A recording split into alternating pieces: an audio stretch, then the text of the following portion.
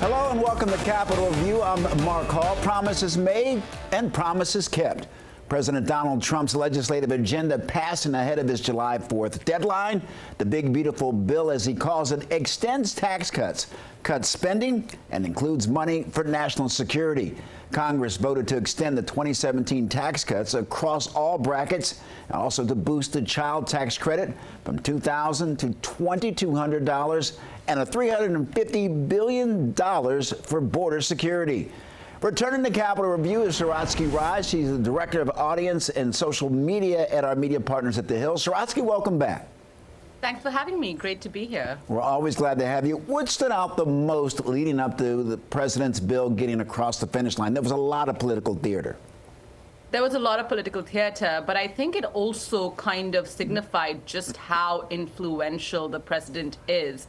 We know that there was a lot of reservations about this big, beautiful bill, both in the House and the Senate.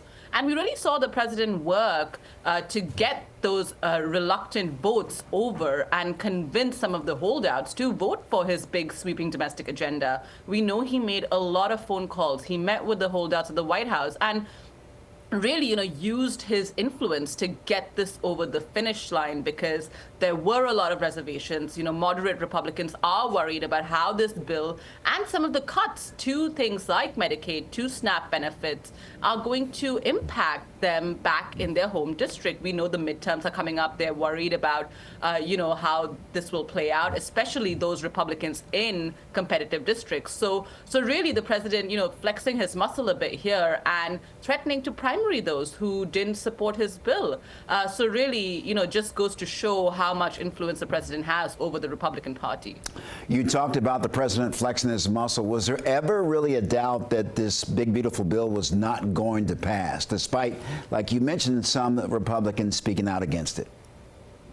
Initially, there was some concern from Speaker Mike Johnson and those in the Senate, those Republicans in the Senate who tried to get this over the line, that this wouldn't meet the president's July 4th deadline. We know that this July 4th deadline has something the president has long wanted, but they had to really work overtime to get these holdouts to the finish line. In the House, once the Senate passed the bill and it came back to the House could only afford 3 GOP no votes. We know that it took a lot of time. They kept the vote open on some small amendment for over 6 hours because they just did not have the votes to bring this to the floor. And what we saw was that, there was a lot of concern that these holdouts wouldn't let this bill even make it to the floor. They held these rule votes early in the morning, and it took a lot of convincing. We even saw Speaker Mike Johnson take a picture of some of these holdouts on the House floor when they still hadn't voted for the rules to make this bill, to bring this bill to a debate. And what we saw was, after he took that picture, we don't know who he was sending that picture to, these non-votes, went and voted for the rules package to be able to bring this bill up to a debate on the House floor and then eventually, vote for it. So a lot of political theater this week in Washington. Saratsky Rise, thank you so very much for joining us. Thanks for having me.